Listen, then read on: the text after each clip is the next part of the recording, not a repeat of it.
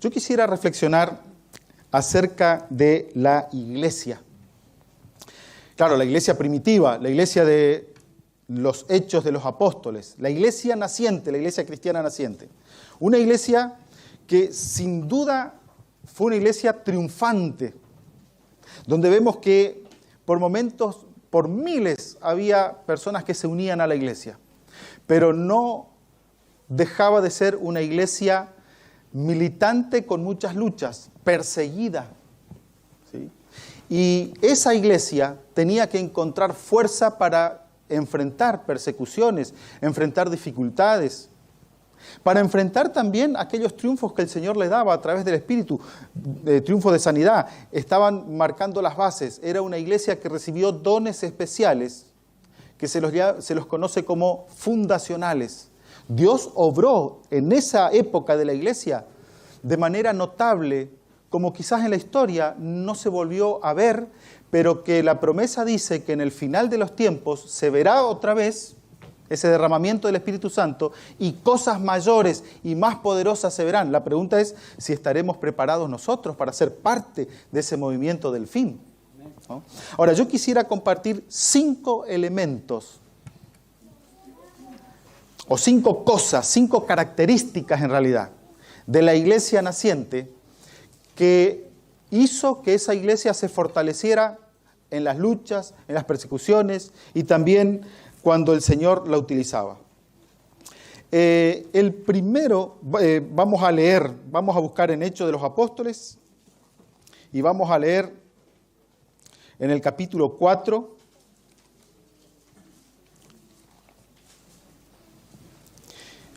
Y vamos a leer allí en el capítulo 4 de Hechos,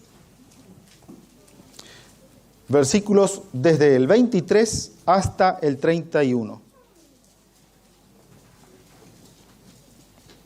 Y vamos a dar base y pie a toda la reflexión en esta porción, en este texto de las Escrituras, pero entendiendo que está dentro de un contexto que también vamos a tener en cuenta en la reflexión. Dice así: y puestos en libertad, ahí ya habla que estuvieron presos, ¿no? Y puestos en libertad vinieron a los suyos y contaron todo lo que los principales sacerdotes y los ancianos les habían dicho.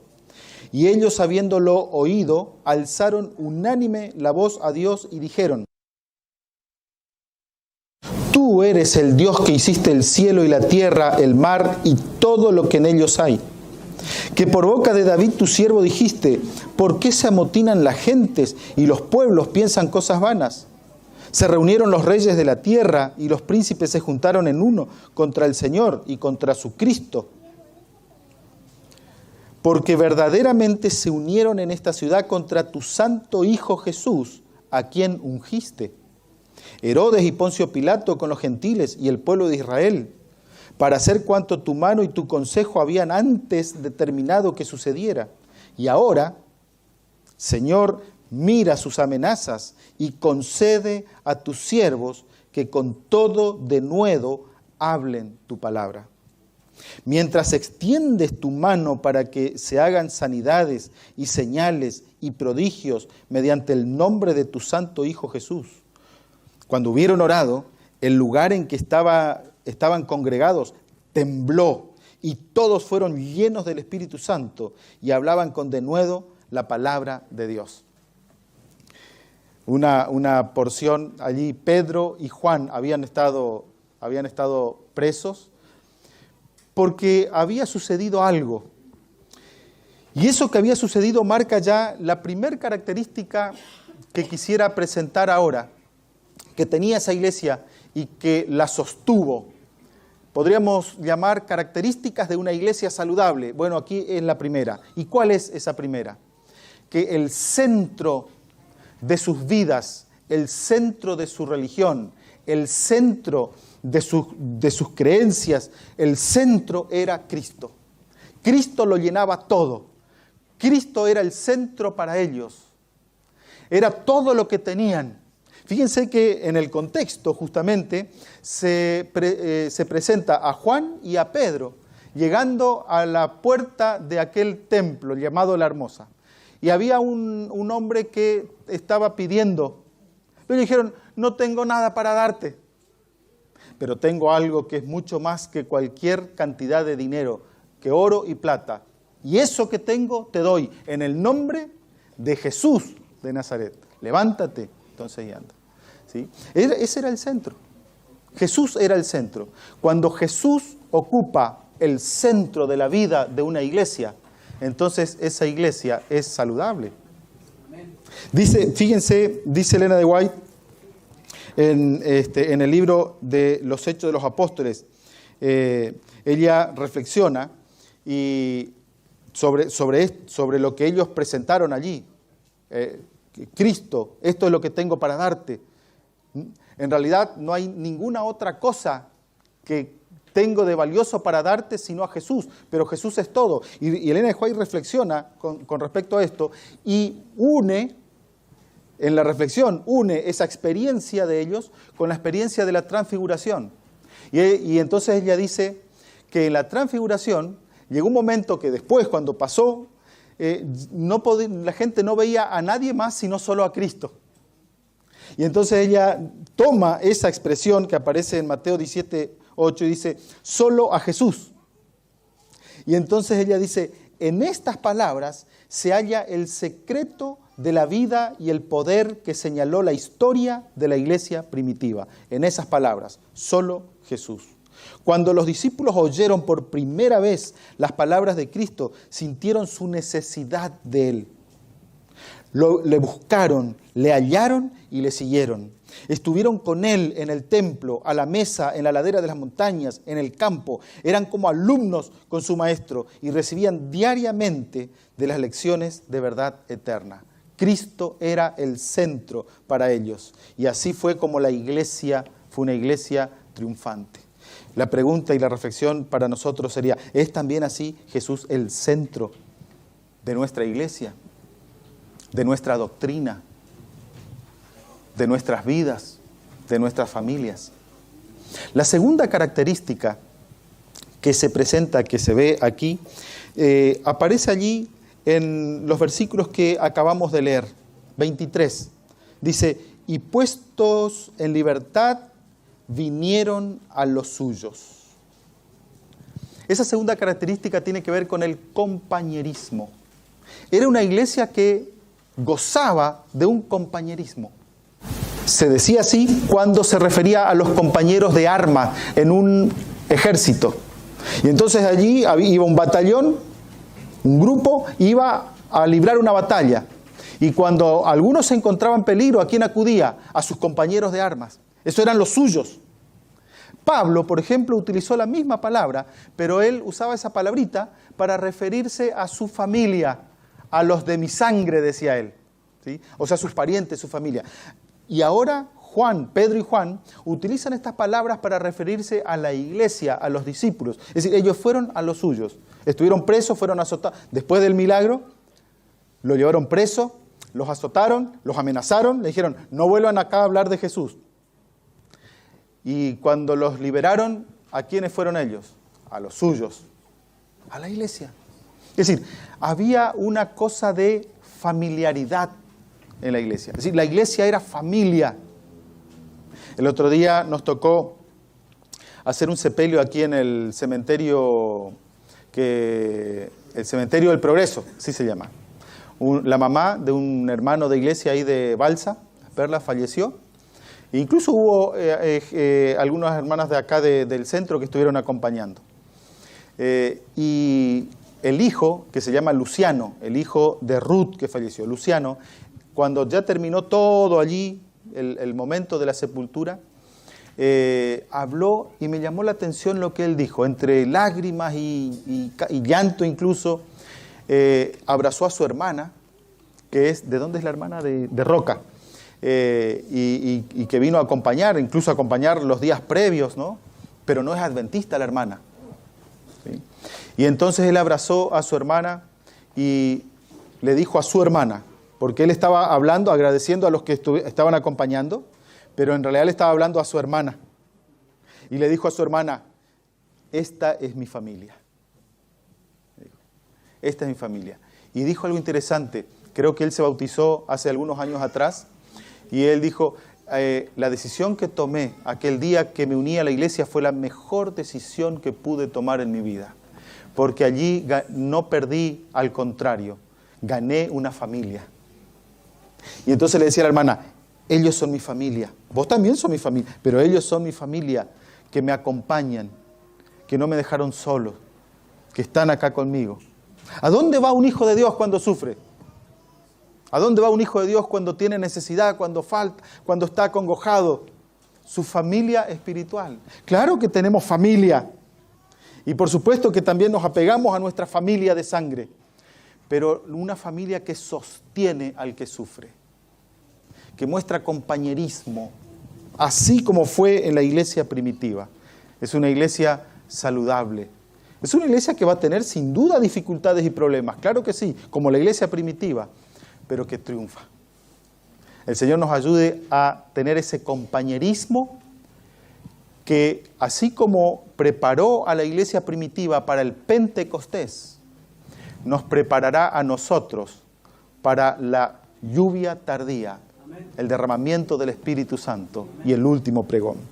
Tercer característica. La tercera característica que tenía esta iglesia era la adoración.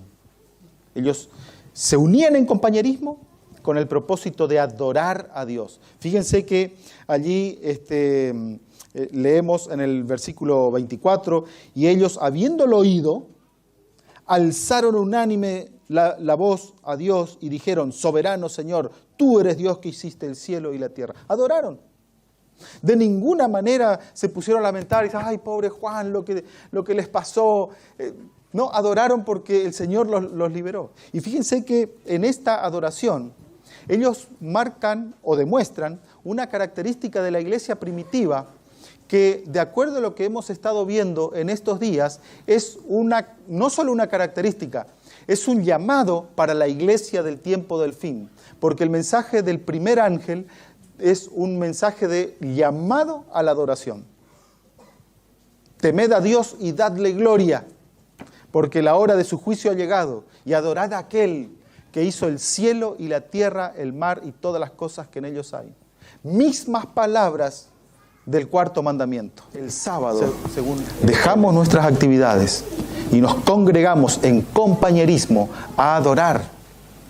Estamos cumpliendo un mandato, pero estamos dando también un testimonio. Mostramos que somos una iglesia que adora. La iglesia primitiva adoraba. E incluso el comentario bíblico dice, posiblemente esa reunión que tuvieron sea la primer reunión pública, o sea, de un culto público que aparece en el registro de los hechos. O sea, lo que nosotros hacemos cada sábado cuando nos reunimos. Así que decíamos, primer característica, Cristo.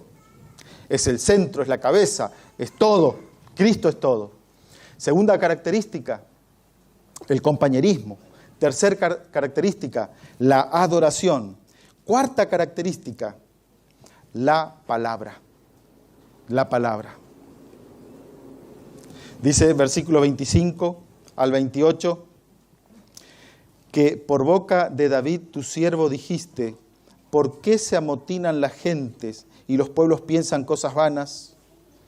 Se reunieron los reyes de la tierra, los príncipes se juntaron contra el Señor, contra tu ungido. Es una referencia al Salmo 22. O sea, en ese momento cuando ellos se reunieron en adoración, adoraron a Dios por la liberación que tuvo el Señor con los discípulos. Adoraron y basaron su adoración en la palabra. Fueron al Antiguo Testamento, fueron al Salmo. Y incluso en el versículo siguiente, ellos dan el por qué fueron al Salmo. Dice, porque verdaderamente se unieron en esta ciudad contra tu santo Hijo Jesús, a quien ungiste. Es decir, David hablaba del ungido. Así aparece en el Salmo, aparece la palabra ungido. Y entonces ahora dice, bueno, este Jesús es el ungido del Señor, al que ellos mataron, pero que resucitó. Es el ungido. Se basaron en la palabra de Dios. Claro, en cuanto a la palabra, podemos reflexionar en dos aspectos. Uno es que el centro de la palabra es Cristo. La palabra es una guía para encontrarnos con Cristo. Cuando abrimos la Biblia, no importa lo que leamos, meditemos o estudiemos, quizás sea historia del pueblo de Dios, del antiguo pueblo de Dios. Quizás sea la historia de la iglesia, como en este caso estamos viendo. Quizás sea una parte poética de la Biblia. Quizás sea una parte profética. Quizás sea una porción de mandatos y mandamientos, estatutos. Quizás, no sé si a usted le pasa lo que a mí, pero cuando me toca leer porciones donde aparecen nombres y hijo de fulano y mengano, a veces me pregunto, Señor, ¿por qué? ¿Por qué está esto acá? No sé si a usted le pasa lo que me pasa a mí, ¿no? Bueno, sea lo que sea que leamos, necesitamos encontrar a Cristo allí. En las genealogías, encontrar a Cristo. En la historia, encontrar a Cristo. En la profecía, encontrar a Cristo. En los mandamientos, encontrar a Cristo. Cristo, el centro de la palabra. Él dijo, ustedes escudriñan las Escrituras. Era como un reto a los fariseos. A veces usamos el texto de Juan 5:39, ¿no? Como un mandato a escudriñar. No es un mandato, Juan 5:39. En realidad es una reflexión casi de queja hacia los judíos, fariseos. Pues ustedes escudriñan la Biblia, o sea, la leen a fondo, la profundizan. Y bueno, ellas dan testimonio de mí. ¿Cómo es que no me ven a mí en las Escrituras? Eso es lo que Jesús le estaba diciendo a los fariseos con aquel texto. Cristo el centro de las Escrituras. Y lo segundo que podemos reflexionar en cuanto a la palabra como característica de la iglesia primitiva, es que la iglesia nos da conocimiento de la voluntad de Dios, de lo que Él espera de nosotros, de qué haríamos para estar en armonía con su voluntad. Bueno, la Biblia nos enseña. La Biblia nos enseña. Pero además de eso, nos da conocimiento para saber en qué momento vivimos. La Biblia nos enseña proféticamente en qué tiempo estamos viviendo, por qué suceden las cosas que suceden. Como adventistas nosotros deberíamos estar capacitados para que cuando nos encontramos con compañeros de trabajo, quizás familiares que no conocen la Biblia, la verdad, no conocen la iglesia, o cuando nos encontramos con vecinos y de repente están alarmados por las cosas que suceden y por los que mueren con aquel terremoto o los que pierden con aquel incendio, pero al mismo tiempo en otro lugar están perdiendo por las inundaciones, y alarmados, ¿y qué está pasando con nuestro mundo? Los adventistas del séptimo día deberíamos estar capacitados para dar respuesta. Y decir, tranquilos, esto es lo que está pasando, estamos viviendo en este tiempo, Cristo está viniendo, son señales, etc. ¿Sí? La palabra nos da conocimiento acerca de la voluntad de Dios para nuestra vida y acerca del tiempo que vivimos, para darnos serenidad, darnos paz. No, algunos toman como un espíritu alarmista a veces cuando se habla de momentos escatológicos, ¿no? El momento del fin. No, el Señor no espera que seamos alarmistas. Algunos creen que alarmar es un buen método para llamar a un arrepentimiento y un reavivamiento. Y eso no, porque cuando pasa la alarma pasa también el susto y pasa el reavivamiento. La base del reavivamiento es Cristo. Cristo, lo que Él hizo por nosotros, lo que Él está haciendo por nosotros. Pero las profecías nos indican en qué tiempo vivimos. No, fíjense que al contrario de alarmar, al contrario nos debería dar paz. Pero ¿cómo paz? Vienen momentos difíciles. Sí, pero Él está con nosotros. Y si Él no abandonó a su iglesia primitiva, tampoco abandonará a su iglesia del tiempo del fin. Así que decíamos entonces, primera característica, Cristo. El centro de todo. Segunda característica, compañerismo. Tercera característica, la adoración. Cuarta característica, la palabra. Quinta característica, la oración. Ellos, después de adorar, después de encontrar base en la palabra, fueron al Salmo y después entonces oraron. Dice el versículo 29, y ahora, Señor, mira sus amenazas y concede a tus siervos que con todo denuedo hablen tu palabra. Fíjense, podríamos decir, hay 3 cosas que aparecen allí en la oración de los discípulos en esa hora. Lo primero que ellos piden, fíjense que notablemente, ellos no piden, Señor, vienen momentos difíciles, nosotros aceptamos a Jesús y ahora nos persiguen y queremos que nos libres de la cárcel y que nos libres de los azotes. No pidieron nada de eso. No pidieron. Es decir, los discípulos, o sea, la iglesia cristiana primitiva, estaba dispuesta a morir por Cristo. Ellos darían su vida por el Señor. Ellos estaban convencidos, pero ese convencimiento los llevó a amar a Jesús y amar el mensaje de salvación en Cristo Jesús. Y si ellos tenían que ser azotados por Cristo y por su mensaje, serían azotados. Estaban dispuestos. Me siento tentado a hacer un paréntesis, pero hago un paréntesis cortito, bien cortito. Simplemente para reflexionar cómo estamos en cuanto a nuestra convicción. Se hacen estudios a veces de metodologías, ¿no?, para la conservación de los miembros de iglesia. Y se hacen estudios estadísticos. Entonces, recuerdo que hace unos años uno de los estudios estadísticos que había era cuántos se quedan en la iglesia debido a un conocimiento doctrinal y cuántos se quedan en la iglesia debido a ese compañerismo que hay. Y entonces se llegó incluso en un momento a decir que la estrategia es justamente ese compañerismo, o sea, que se encuentre amistad en la iglesia. Más importante que la palabra. Y recuerdo que con compañeros reflexionábamos y decíamos, ¿y cómo era la iglesia primitiva?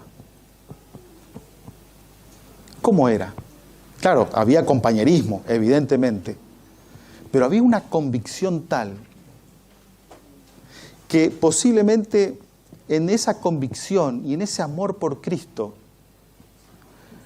ellos no le importaría si alguien de repente le veía mal, o alguien lo veía bien, o alguien decía, vamos por Cristo, y si hay que morir por Cristo, muero por Cristo. Y entonces reflexionábamos lo que sucede en otros lugares del mundo, no acá en el sur, no acá en Neuquén, no acá en esta iglesia. Pero en otros lugares a veces hay hermanos que se ofenden de la nada y se van de la iglesia. Y se ofenden. En una oportunidad visité a alguien que hacía 20 años no iba a la iglesia. 20 años. Y entonces visitamos y decimos, ¿y por qué pasó? ¿Por qué no va? 20 años no va. Y dice, no, porque mientras esté en la iglesia fulana de tal, yo a esa iglesia no piso. Y resulta que la fulana de tal era incluso pariente de sangre, ¿no? Y decía, la iglesia primitiva, había tal compañerismo, pero había tal convencimiento, tal amor por Cristo, que ellos morirían por el Señor. No importa si tenían que pasar por momentos de dificultades, morían por el Señor. Y la oración de ellos muestra, porque ellos en ese momento pidieron no ser liberados del sufrimiento. Ellos pidieron denuedo para compartir la palabra. Denuedo significa valor, energía, entusiasmo por compartir la palabra. Otra cosa que ellos pidieron fue que la mano de Dios se extienda. Porque ellos sabían que no eran ellos, no serían ellos el motivo de que la gente, las personas acepten el mensaje y acepten a Cristo.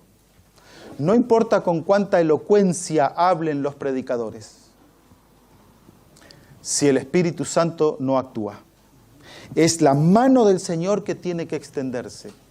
Somos simplemente como lapicitos en las manos del Señor, pero el que hace la obra, el que escribe, es el Señor, y su mano tiene que extenderse. Y ellos pidieron esto: Señor, nosotros, en realidad, en la condición que ellos estaban, Señor, no sabemos ni hablar a veces.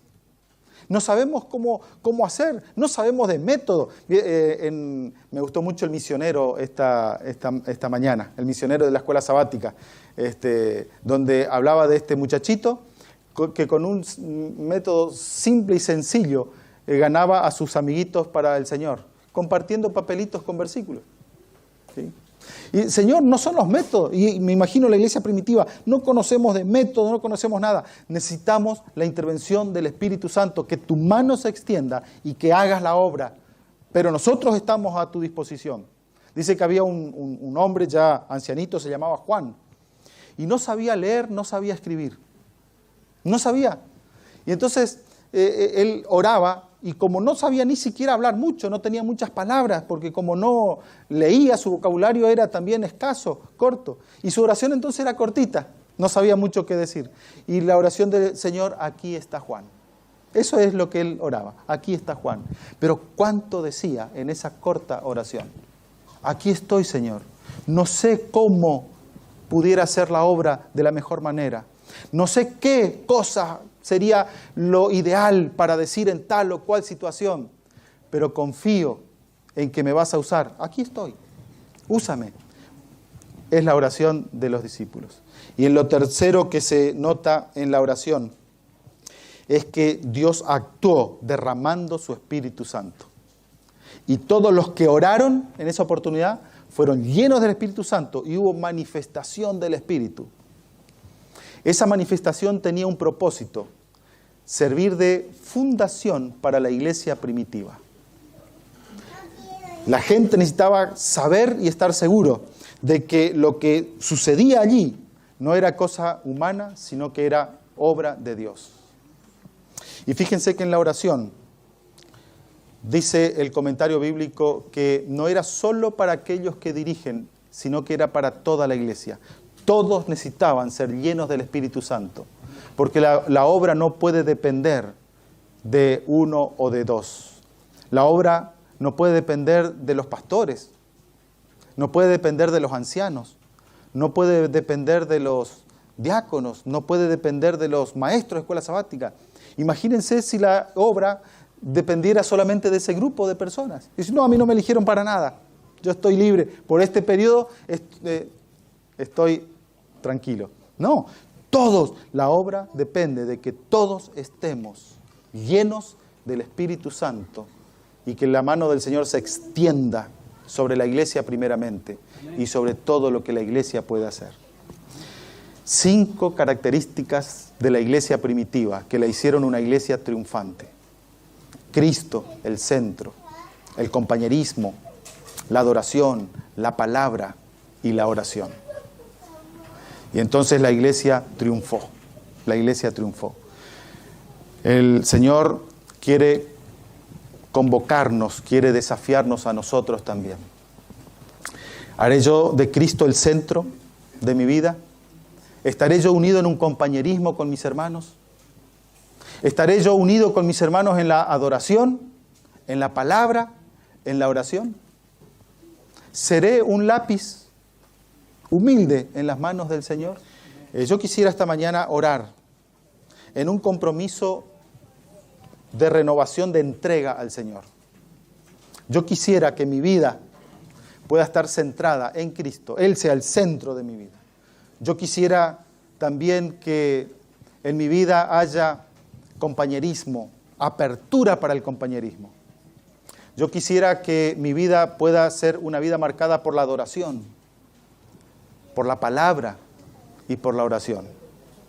Y quería invitarlos, si quieren acompañarme en esta entrega al Señor, porque confío que cuando el Señor venga por segunda vez y Él busque a aquellos que lo han estado esperando y los encuentre y se fije la mirada y Él pueda decirme a mí también: bien, buen siervo fiel, sobre poco fuiste fiel, sobre mucho te pondré. Entra en el gozo de tu Señor. ¿Quisieran acompañarme? Que el Señor le diga esto a ustedes también cuando Él venga. Vamos a orar y vamos a pedirle al Señor que nos ayude a entregarnos diariamente a Él. Cerramos los ojos, inclinamos nuestra cabeza y oramos. Querido Padre, Señor, te damos gracias por tu amor, tu misericordia. Te damos gracias por el testimonio de la iglesia primitiva. Y Señor, siguiendo ese testimonio, esta mañana queremos humillarnos ante ti, renovar nuestra entrega a ti. Que Cristo sea el centro de nuestra vida, Señor. Que nuestra vida esté caracterizada por el compañerismo, por la adoración a ti, por la oración, por la palabra. Señor, por eso hoy renovamos nuestra entrega. Queremos que aquel día cuando Cristo venga a buscar a tus hijos, pueda decirnos a nosotros también, bien, buen siervo, fiel. Nos entregamos, nos humillamos, te pedimos que nos ayudes a entregarnos cada día. En el nombre de Jesús. Amén.